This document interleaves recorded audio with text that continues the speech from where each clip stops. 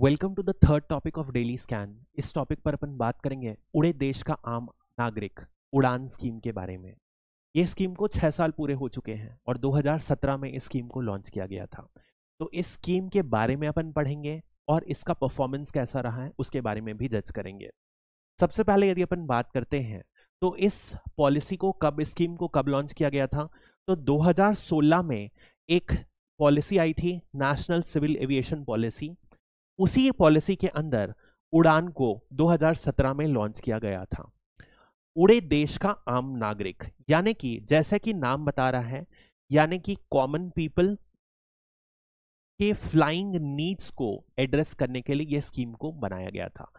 एक बात समझनी जरूरी है यहाँ पर, जैसे जैसे कंट्री जो है डेवलपमेंट की तरफ बढ़ती है तो एक चीज देखी जाती है कि जो पर कैपिटा है वो बढ़ता है, या तो एक सिंपल शब्दों में और अपन बोल सकते हैं, एक टर्म है कि मिडिल क्लास जो रहती है वो बढ़ती है। जब मिडिल क्लास बढ़ती है तो मिडिल क्लास एक ऐसी सेगमेंट है जिनकी एस्पिरेशंस रिच क्लास की तरह रहती है। तो ये अपने फ्लाइंग नीड्स, अपने नीड्स के लिए एरोप्लेन या फ्लाइंग को डेवलप करते हैं, प्रिफर करने लगते हैं। मतलब कि जैसे पर कैपिटा बढ़ेगा एरोप्लेन की नीड्स और कनेक्टिविटी डिमांड बढ़ते जाएगी। इसी कंटेक्स्ट में इस स्कीम को इंट्रोड्यूस किया गया था।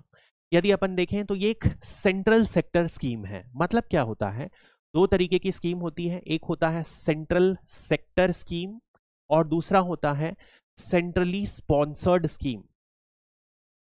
सेंट्रल सेक्टर स्कीम वो स्कीम होती है जहां पर यूनियन गवर्नमेंट यानी कि सेंट्रल गवर्नमेंट 100% पैसा कंट्रीब्यूट करता है, यानी कि स्टेट को जीरो कुछ भी कंट्रीब्यूट करने की जरूरत नहीं होती है। तो सेंट्रली स्पॉन्सर्ड क्या होती है, जब यूनियन और स्टेट के बीच में कुछ कंट्रीब्यूशन होता है। जैसे for example MG NREGA scheme है, बहुत कॉमन स्कीम है, ये एक सेंट्रली स्पॉन्सर्ड स्कीम है। तो जहां पर सेंटर 60% कंट्रीब्यूट करता है और स्टेट 40%। जो स्पेशल कैटेगरी स्टेट्स होते हैं जैसे कि north eastern state, Jammu and Kashmir, Himachal Pradesh, Uttarakhand, ये 90:10 का कंट्रीब्यूशन होता है। 90 सेंट्रल गवर्नमेंट, 10 स्टेट गवर्नमेंट। तो उड़ान एक सेंट्रल सेक्टर स्कीम है, यानी कि 100% contribution from central government, government of India से करा जाएगा। सेकेंड क्या होगा कि एयरलाइंस को 50% ऑफ द सीट, छोटी सी प्लेन्स होंगी 9 to 40 सीटर स्टार्टिंग में था, अब इस क्राइटेरिया को और ज्यादा लिबरलाइज कर दिया गया। अपन देखेंगे आगे कि 50% सीट को प्राइस को कैप करना पड़ेगा। मतलब एक बेसिक प्राइस से आप ऊपर नहीं ले जा सकते। वो प्राइस क्या है, वो प्राइस फिक्स्ड है। अप टू 500 किलोमीटर या तो 1 आवर की राइड में मैक्सिमम कैपिंग थी 2500 रुपए फॉर एरोप्लेन, छोटी प्लेन के लिए। यही हेलीकॉप्टर के लिए हाफ आवर की राइड के लिए 2500 रुपए ही लिया जा सकता है। बाकी जो 50% सीट है उसमें जो एयरलाइन है वो अपनी मार्केट ड्रिवन रेट को ले सकती है। That is the idea. और इसके लिए एक रीजनल कनेक्टिविटी फंड बनाया गया, जो इनको जो प्राइजेस जो 50% सब्सिडाइज किया गया वो कहा गया, उसके लिए कंसेशन दिया जाएगा, सब्सिडी दी जाएगी, जिसे वायबिलिटी गैप फंडिंग बोला गया। ये कौन देगा, सेंट्रल गवर्नमेंट देगा।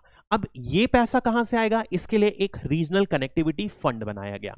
तो बाकी एयरलाइन से छोटा मोटा पैसा लिया गया कि जब भी लैंड करें पार्किंग फीस में कुछ बढ़ावा मिला, ये सब करके उन जो भी फीस को बढ़ाया गया उसमें कुछ सेंट्रल गवर्नमेंट में मिलाएगी, कुछ एयरलाइंस के कंट्रीब्यूशन से एक रीजनल कनेक्टिविटी फंड मिला और उससे ये सब्सिडी रिजीम को टारगेटेड किया जाएगा। ये कितने साल के लिए दिया जाएगा, ये 10 साल के लिए दिया जाएगा।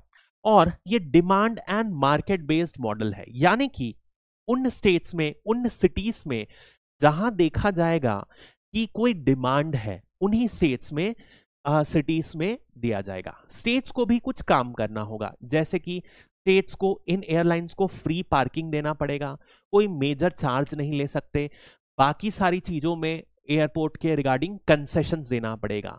जो स्टेट्स इन कंडीशंस को एग्री करते हैं उन्हीं को गवर्नमेंट ऑफ इंडिया फंड देगा और उन्हीं में जो उड़ान के एयरपोर्ट्स हैं वो सेटअप किए जाएंगे।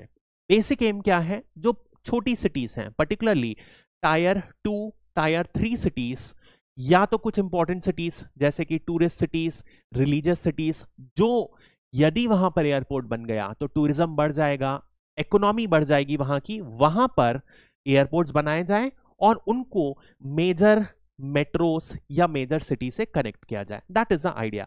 यानी कि अनडेवलप्ड रीजन्स में डेवलपमेंट प्रमोट करना, that is the basic idea of this scheme.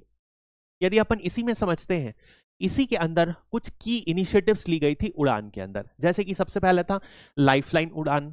Lifeline उड़ान मतलब कि ये एक पैंडेमिक के समय जब कोविड था उस समय था, जब फ्री में मेडिसिन बांटी गई थी ग्लोबली, वो लाइफलाइन था। सिमिलरली आज की डेट में कृषि उड़ान चलता है, ये मेजरली नॉर्थ ईस्ट के लिए चलता है। नॉर्थ ईस्ट रीजन कैसा है? मेजरली हिली रीजन है। तो हिली रीजन में भी डेवलपमेंट हो सके और पेरिशेबल आइटम्स को ग्रो किया जाए, क्योंकि हॉर्टिकल्चर के लिए नॉर्थ ईस्ट का वेदर बहुत सूटेबल है।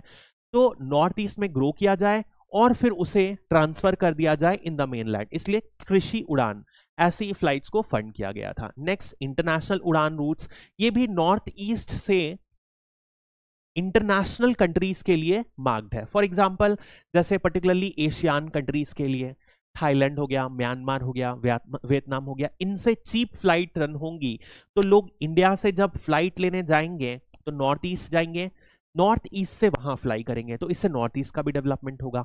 हो सकता है बांग्लादेश के भी कुछ लोग या म्यांमार के लोग नॉर्थ ईस्ट ट्रैवल करें फिर वहां ट्रैवल करें। इस तरीके से नॉर्थ ईस्ट की इकोनॉमी को डेवलपमेंट करने के लिए ये किया गया।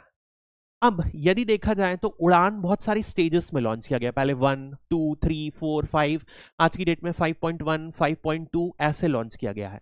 तो we do not need to remember the intricate details of each, but will just see कि क्या है। जैसे सबसे पहले 1978 था, इसको लिबरलाइज करते जा रहे हैं। फिर फिफ्थ में आप देखोगे ग्रेटर देन 80 सीट्स भी परमिटेड है, यानी कि इस कैटेगरी को लिबरलाइज कर दिया है। सिमिलरली यदि आप डिस्टेंस देखोगे तो डिस्टेंस को पहले कुछ रेस्ट्रिक्शन थी, उसे लगातार लिबरलाइज कर दिया गया है। अब एयरपोर्ट के बीच के डिस्टेंसेस के बीच में कोई रेस्ट्रिक्शन नहीं है। सिमिलरली वायबिलिटी गैप फंडिंग आप देखोगे चेंज होते रह रही है, अभी के समय चेंज हो रही 60%, 70%, जो पहले 70% थी अब 60% हो गई है। फंडिंग को ग्रेजुअली रिड्यूस कर दिया गया है। नंबर ऑफ एयरपोर्ट्स क्या होंगे? रेगुलरली बढ़ेंगे, तो ये बढ़ रहे हैं। यदि एक्सक्लूसिविटी देखें तो अब कम कर दिया जा रहा है, मतलब जो प्रिविलेजेस है वो कम किया जा रहा है ताकि खुद के तौर पर सस्टेनेबल रूट सेटअप हो जाए जो मार्केट ड्रिवन हो। नेक्स्ट यदि अपन देखें कितने समय के लिए इंप्लीमेंट किया गया है, तो सारी स्कीम को 10 सालों के लिए इंप्लीमेंट किया गया है। That is the idea. We do not need to remember the details, but ये याद रखिए आज की डेट में सीट्स में कोई रेस्ट्रिक्शन नहीं है, डिस्टेंस में कोई रेस्ट्रिक्शन नहीं है, वायबिलिटी गैप फंडिंग को रिड्यूस कर दिया गया 60% में, और नंबर ऑफ एयरपोर्ट्स वगैरह को लगातार बढ़ा रहे हैं। That is the basic idea.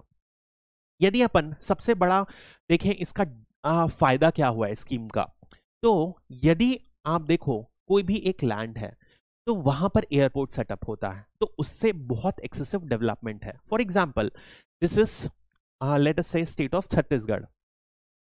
Chhattisgarh में सेंटर में कहीं पे आता है रायपुर, और इन द साउथ बस्तर पे दंतेवाड़ा से एक फ्लाइट स्टार्ट हुई थी रायपुर की ओर, हालांकि अभी बंद हो गई है। तो अब यहां पर यदि एयरपोर्ट सेटअप हुआ तो इससे क्या होगा? बस्तर में यदि एयरपोर्ट सेटअप होगा तो उससे यह होगा कि सबसे पहले जो लैंड प्राइसेस हैं बढ़ जाएंगी, लोग टूरिस्ट टू एंड फ्रो ज्यादा आएंगे, तो एरिया का इकोनॉमिक डेवलपमेंट होगा। इकोनॉमिक डेवलपमेंट कैसे बेनिफिट करेगा? लोकल लोगों को बेनिफिट करेगा, उनके एम्प्लॉयमेंट अपॉर्चुनिटीज बढ़ेंगे, टूरिज्म आएगा तो कुछ लोग गाइड बन सकते हैं, कुछ जो कैब ड्राइवर्स बन सकते हैं, कुछ आसपास के एरिया दिखा सकते हैं। साथ ही साथ ये ट्राइबल डोमिनेटेड है तो ट्राइबल का क्विजीन प्रमोट होगा, फूड आइटम्स, उनका हैंडीक्राफ्ट प्रमोट होगा। तो क्या होगा? तो ये सब लोकल लेवल पर जब प्रमोट होगा तो इकोनॉमी बेनिफिट करेगी, यानी कि लोगों का पैसा बढ़ेगा। इससे क्या होगा? हो सकता है वो पॉवर्टी से बाहर आ जाए, पॉवर्टी से बाहर आएंगे तो उनके जो सोशल इंडिकेटर्स हैं या human development index overall region का बढ़ेगा, और इस तरीके से डेवलपमेंट होता है। दिस इज हाउ जब भी कोई मेजर इंफ्रास्ट्रक्चर डेवलपमेंट होता है तो वो एरिया को डेवलप करता है, और इसलिए किया जाता है। Connectivity between small towns and cities बढ़ेगी, दैट इज द केस।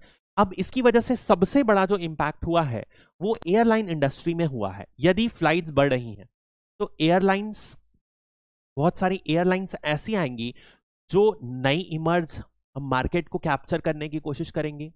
अब एयरलाइन से भी एसोसिएटेड बहुत सारी इंडस्ट्री हैं।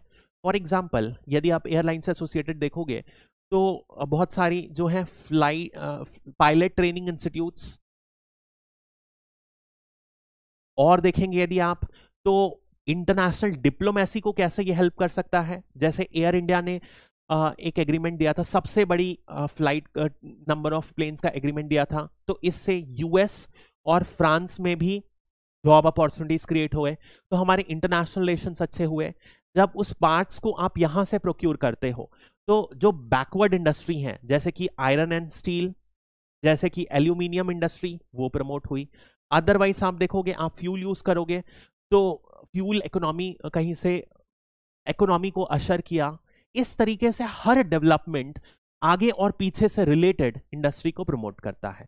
फॉर एग्जाम्पल यदि लास्ट तक डेवलपमेंट है तो आप समझ सकते हो e commerce industry faster connectivity usher कर सकता है, इस वजह से ई कॉमर्स इंडस्ट्री का ग्रोथ हो सकता है। लोग पेरिशेबल आइटम को भी बेच सकते हैं अब उस तरीके से, जैसे अब किवीज भी आप देखोगे तो रिमोट एरियाज में मिलती हैं। किवीज बाहर से इंपोर्ट होती हैं, मेनली फ्रॉम न्यूजीलैंड, और वहां से इंपोर्ट होके अब, पहले केवल मेट्रोस में मिलती थी, अब गांव गांव में मिलती हैं। तो इस तरीके से जब बाहर के कमोडिटी यहां आ रहे हैं तो हमारे कमोडिटी भी बाहर जा सकते हैं, यानी कि एक इंडस्ट्री के ग्रोथ से इकोनॉमी में बहुत एक्सेसिव प्रोलिफरेशन इंपैक्ट आता है, and that is what is essential.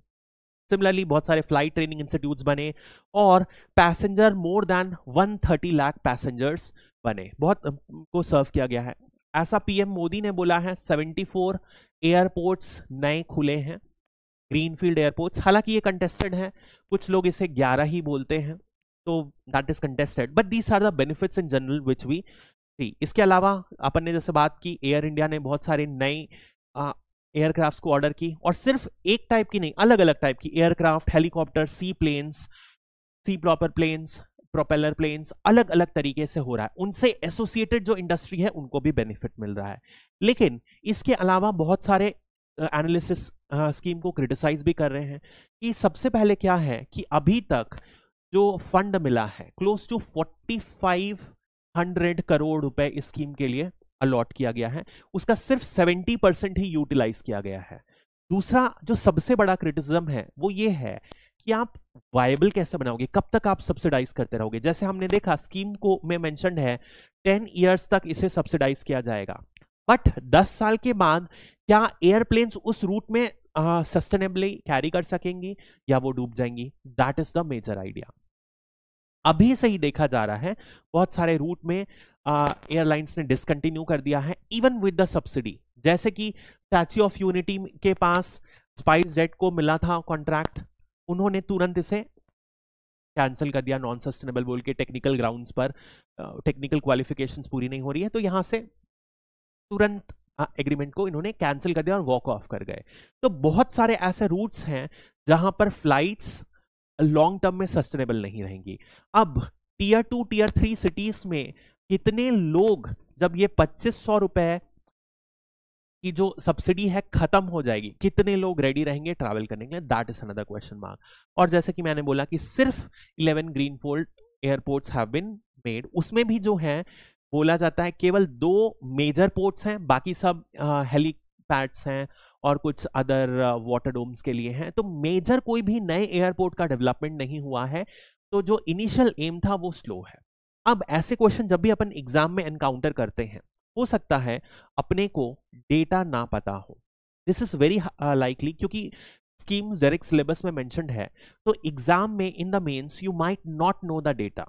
तो ऐसे क्वेश्चंस को आप डेटा की जगह बहुत अच्छी एनालिसिस करके उस पॉइंट को ओवरकम कर सकते हो। जैसे फॉर एग्जांपल मैंने आपको छत्तीसगढ़ का एग्जांपल दिया, ऐसे आप अपने स्टेट का, अपने जो भी आपने एग्जाम्पल्स एनकाउंटर किए हो उसका एग्जाम्पल कोड कर सकते हो, उसी में आप मैप बना सकते हो एंड एनालिसिस करके जो डेटा डेफिशिएंसी है आप उसे ओवरकम कर सकते हो। बिकॉज सिर्फ आप नहीं, किसी को भी एक पर्टिकुलर स्कीम से रिलेटेड डेटा याद रखना बहुत डिफिकल्ट रहेगा एग्जाम में, and this is all how all and everyone would be writing the answer.